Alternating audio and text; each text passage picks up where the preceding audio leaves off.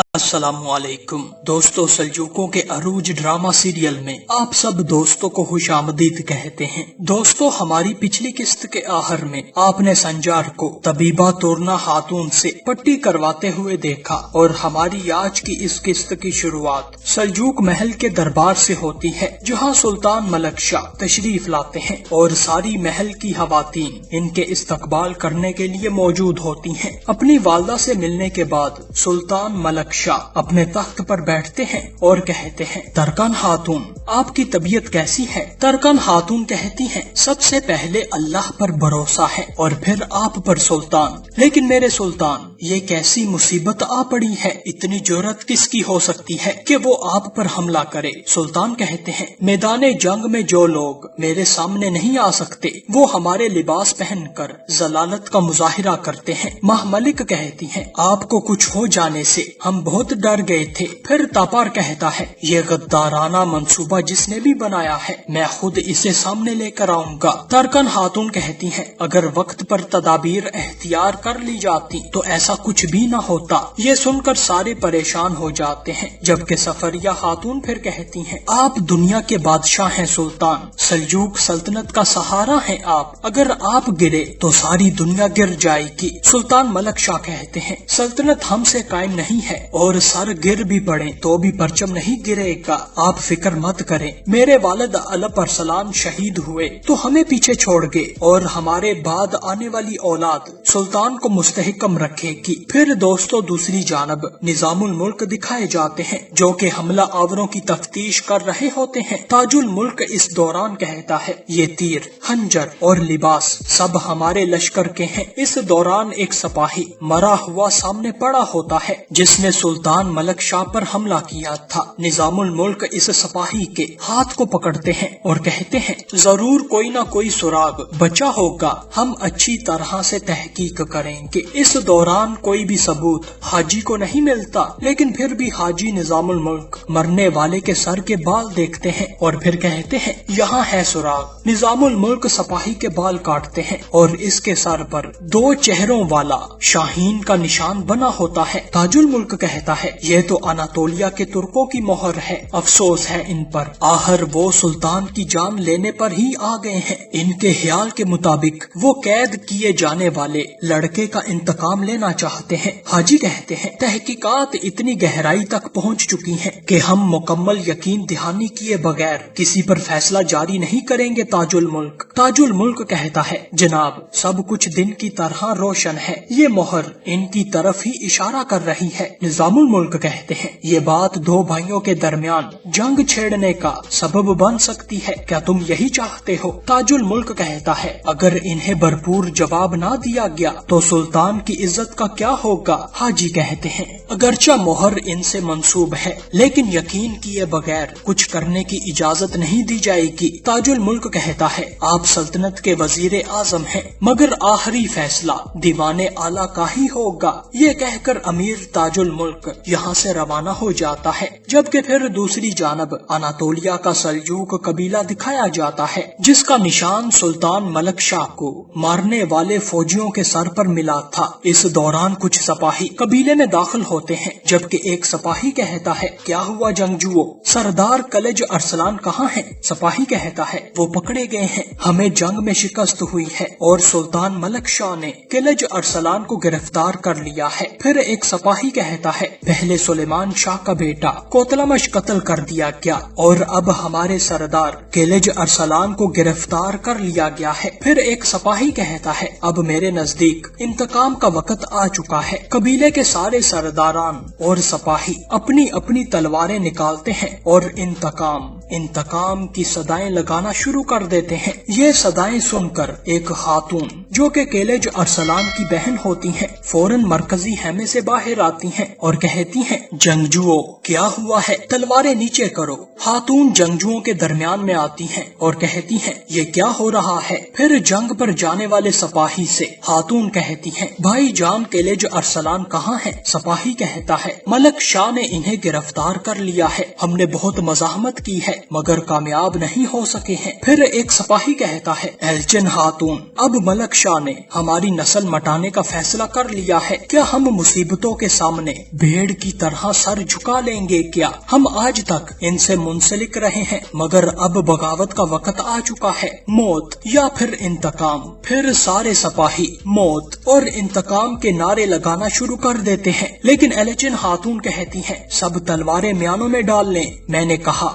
नीचे करो तलवारें। फिर सारे सिपाही अपनी तलवारें म्यान में रख देते हैं, जबकि एक सरदार कहता है, क्या हमारे सरदारों का इंतकाम नहीं लिया जाएगा? एल्चिन खातून कहती है, गुस्सा अकल को खा जाता है और बगैर अकल वाले का सर काट दिया जाता है। हम मजीद नुकसानात बर्दाश्त नहीं कर सकते हैं और आप लोग जानते नहीं हैं कि हर चीज का एक वक्त होता है। एक सिपाही कहता है, ये तलवारें अपनी म्यानों से बाहर आ चुकी हैं। एल्चिन खातून, अगर हमारे सरदारों का इंतकाम ना लिया गया तो हाथ पे हाथ धरे बैठना हम पर हराम है। आप यहाँ बैठकर डरती रहें, लेकिन हम अपने मकसद से बाज आने वाले नहीं हैं। एल्चिन खातून अपने सिपाही को लात मार कर नीचे गिराती है और अपनी तलवार इसकी गर्दन पर रख देती है, और फिर सारे सरदारान और सिपाही ये देखकर दंग रह जाते हैं। एल्चिन खातून कहती हैं, इंतकाम मेरे दादा कोतलामश इब्ने सुलेमान शाह की इस तलवार से है, और ये तलवार मेरे हाथों में है, और कब और किस से इंतकाम लिया जाएगा इसका फैसला मैं ही करूंगी। समझ गए हो क्या?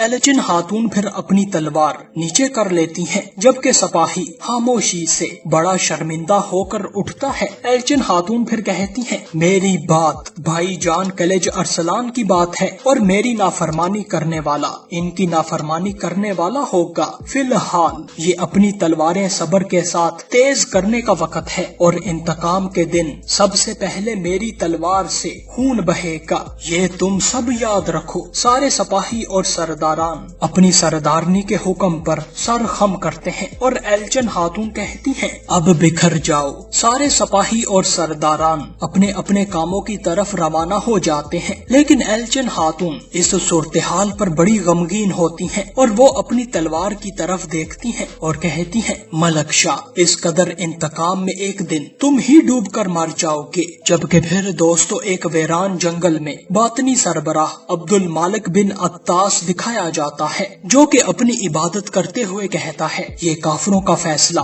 और ना ही शैतानों का निजाम, बल्कि इस दुनिया को तो आपकी जरूरत है इमाम आजम, आपके बगैर सब परेशान हैं। दोस्तों इस दौरान एक घुड़सवार इसी मकाम पर पहुंचता है जिसके चेहरे पर एक नकाब होता है, जबकि बातनी सरबराह कहता है, अब से इस दुनिया में आपकी ताकत का सिक्का चलने का वक्त आ गया है। बातनी मकसद के सामने सर ना झुकाने वाले मौजूद हैं, जो लाजमी झुकेंगे और सल्जूक मट्टी में मिल जाएंगे। बर्बाद शुदा इलाकों में फातिमियों के परचम फड़फड़ाएंगे। इस दौरान घोड़े पर मौजूद शख्स अपना नकाब उठाता है, और दोस्तों ये और कोई नहीं बल्कि सल्जूक महल का कासद हसन सब्बाह होता है। हसन सब्बाह अपने घोड़े से उतरकर अपने सरबराह बातनी के सामने आता है और अपना खंजर निकालकर सामने करता है, और जमीन पर पड़े जलते हुए कोयलों पर चलना शुरू हो जाता है। हसन सब्बाह आग पर चलता चलता अपने सरबराह के पास आता है और कहता है, जनाब आली, मेरा सलाम कबूल करें। मैं शैतानों की दुनिया में अपनी नहूसत उतार कर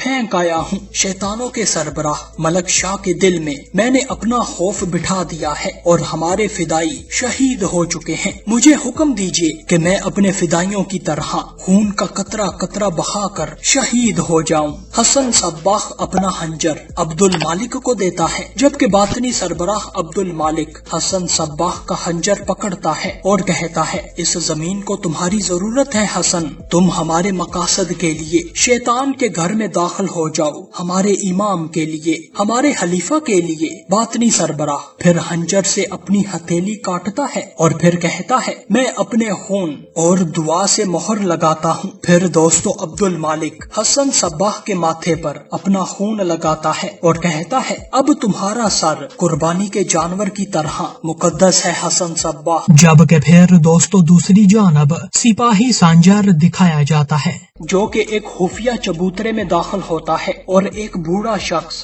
इस चबूतरे में, जो कि गंदम को पीसने वाला एक छोटा सा कारखाना सा लगता है, इसमें मौजूद एक लिफ्ट में संजार को दाखिल करता है और ये लिफ्ट ज़ेरे जमीन मौजूद एक खुफिया जगह की तरफ चल पड़ती है। संजार नीचे एक कमरे में आता है जहाँ ख्वाजा निजामुल मुल्क पहले से ही मौजूद होते हैं। ख्वाजा संजार के आते साथ ही इससे कहते हैं, मैंने तुम्हें अपनी और लोगों की तरबियत का फर्ज सौंपा था और तुम जाकर बातनियों में शामिल हो गए। संजार कहता है, मैं मजबूर हो गया था हाजी, जिन लोगों को भी तरबियत दी जाती थी वो आपके सामने ही छोड़कर रवाना हो जाते थे। मुझे लगा कि जरूर कोई ना कोई गड़बड़ है। हाजी कहते हैं, तो फिर क्या पता चला? संजार कहता है, वो लोग अपनी मजालस में ना सिर्फ इल्म दे रहे हैं और इल्म बहुत वाजिया चीज है, बल्कि इसके साथ साथ एक अहम वाकया भी है जो मैं आपको बताना चाहता हूँ। इसमें भी इनका ही हाथ था। निजामुल मुल्क कहते हैं, तुम इतने एतमाद से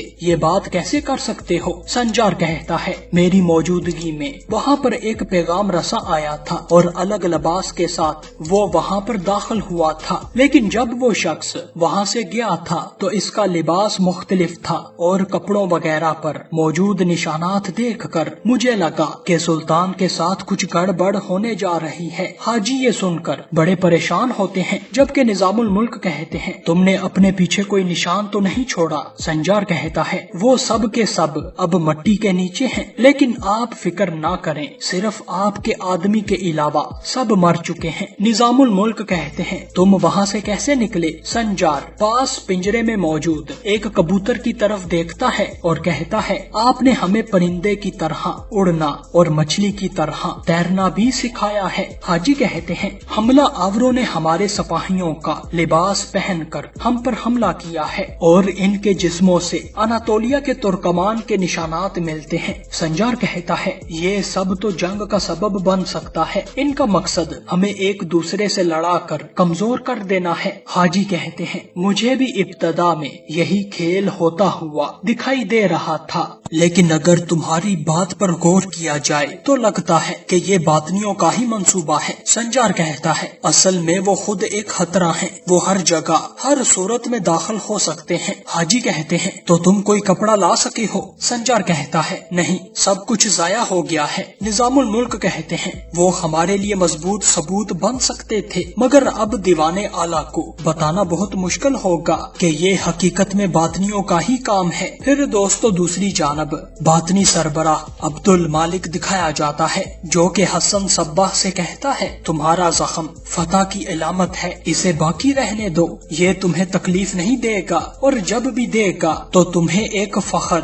महसूस होगा।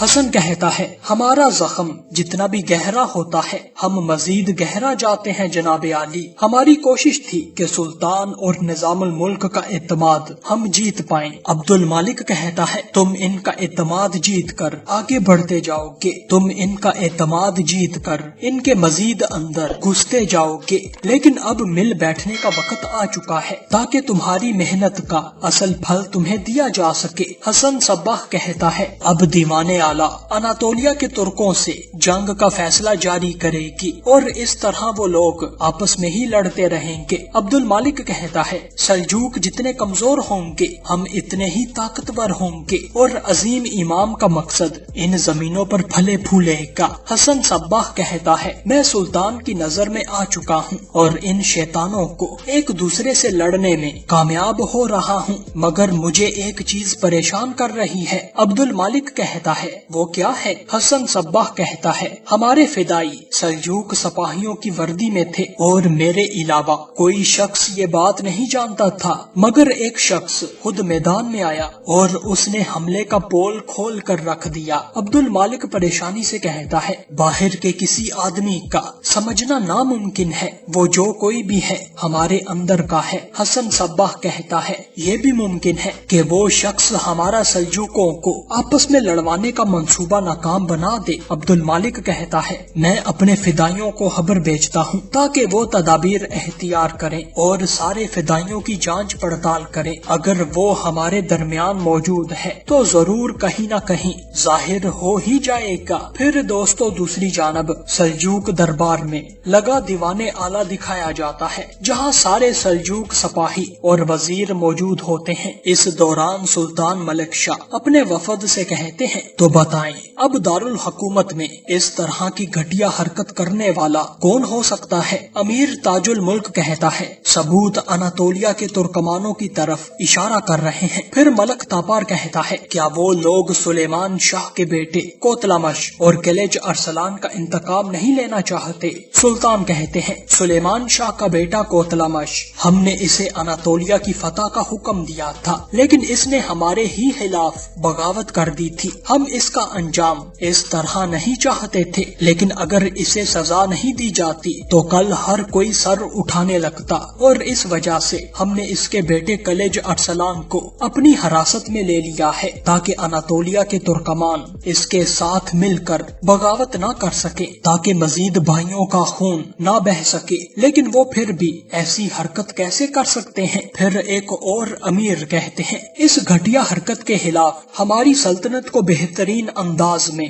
अपनी ताकत का मुजाहिरा करना होगा। फिर एक और अमीर कहते हैं, मुजरम जो भी हो, सुल्तान मुअज्जम इन्हें इबरत का निशाना बना दिया जाए। फिर सुल्तान मलिक शाह अपने उस्ताद मोहतरम निजामुल मुल्क की जानब देखते हैं और कहते हैं, आप क्या कहते हैं वजीर आजम। निजामुल मुल्क फिर कहते हैं, हमारी और अनातोलिया के तुर्कमानों की आपस में नाचाकी जिन लोगों के इल्म में है, वो लोग इल्जाम इनके सर डालना चाहते हैं और वो हमें आपस में लड़वाना भी चाहते हैं। अगर रास्ते की घातों को खत्म किए बगैर हम हरकत करेंगे तो हम जाल में फंस जाएंगे। अमीर ताजुल मुल्क कहता है, वजीर आजम साहब अपने तजर्बे की बुनियाद पर इस मामले को देखना चाहते हैं, लेकिन हम इनका बेहद एहतराम करते हैं, मगर सबूत बिल्कुल वाजिया है सुल्तान। सुल्तान मलिक शाह फिर कहते हैं, ताजुल मुल्क का कहना है कि शिकार वाजिया है और आपका कहना है कि ये एक जाल है, तो हमें बताएं निजामुल मुल्क कौन है जो ये जाल बिछाना चाहते हैं। निजामुल मुल्क कहते हैं, मेरा ख्याल है कि ये करने वाले बातनी हैं। एक और अमीर कहते हैं, इन्हें हमसे क्या लेना देना है। इन जैसे छोटे से ग्रोह के लिए हम पर इस तरह का हमला करना नामुमकिन है। निजामुल मुल्क कहते हैं, हो सकता है कि हमारे नजदीक ये मुट्ठी भर हों, मगर इनकी जड़ें गहरी हों, यहाँ तक कि मेरा ख्याल है कि इनके फातमियों से भी राब्ते हैं। फिर अमीर ताजुल मुल्क कहता है, वजीर आजम साहब अगर आप हमारी सल्तनत का तीसरा कान और तीसरी आंख हैं, तो फिर आप अपने दावों का सबूत पेश करें ताकि धुंध झट सके। निजामुल मुल्क कहते हैं, मालूमात के जराए फिलहाल राज हैं ताजुल मुल्क, ये सल्तनत की आंखों की तरह और कानों की तरह खुफिया राज हैं। सुल्तान मलिक शाह आगे आते हैं और कहते हैं, अगर मैदान में शिकारी कुत्ते मौजूद हैं तो जरूर इन्हें हाँकने वाला कोई शिकारी भी मौजूद है और हमें इसी शिकारी की जरूरत है। सुल्तान मलिक शाह कहते हैं, हम किलिज अरसलान की बहन को